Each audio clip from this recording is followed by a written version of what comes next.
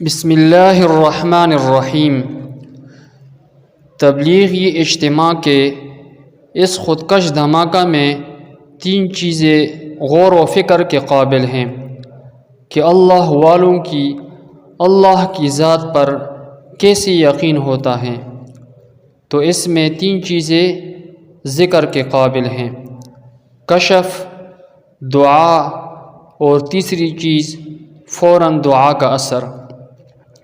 تو 2014 کا جوڑ تھا۔ عموماً مولانا احمد باوہلپوری رحمۃ اللہ علیہ بیان فرماتے تھے تو اس کے بعد کوئی اور بیان نہیں کرتا تھا، حتیٰ کہ حاجی صاحب بھی ممبر پر تشریف نہیں لاتے تھے۔ ان دنوں جب مغرب کا بیان باوہلپوری صاحب رحمۃ اللہ علیہ نے ختم کیا تو یکدم حاجی صاحب ممبر پر تشریف لے آئے۔ عموماً حاجی صاحب کی بات لوگوں کو سمجھ نہیں آتی تھی، لیکن اس دن بہت عجیب اثر تھا حاجی صاحب کے بیان میں۔ تمام مجمع بہت خاموشی سے حاجی صاحب کی بات سن رہا تھا، اور حاجی صاحب بار بار یہ بات کر رہے تھے کہ تم لوگ اللہ سے معافی مانگو، کیونکہ ہم نے اس کام کو کام نہیں سمجھا۔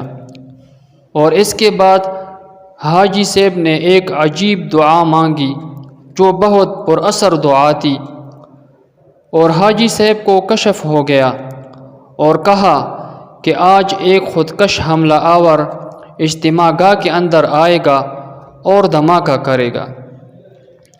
پھر اس کے بعد عشاء کی نماز کے بعد رات کے وقت بہت زوردار دھماکہ ہوا، لیکن اجتماع کے لوگ اس دھماکے سے محفوظ ہو گئے اور چند پولیس والے شہید ہو گئے، کیونکہ دھماکہ اجتماع سے کچھ فاصلے پر کیا گیا۔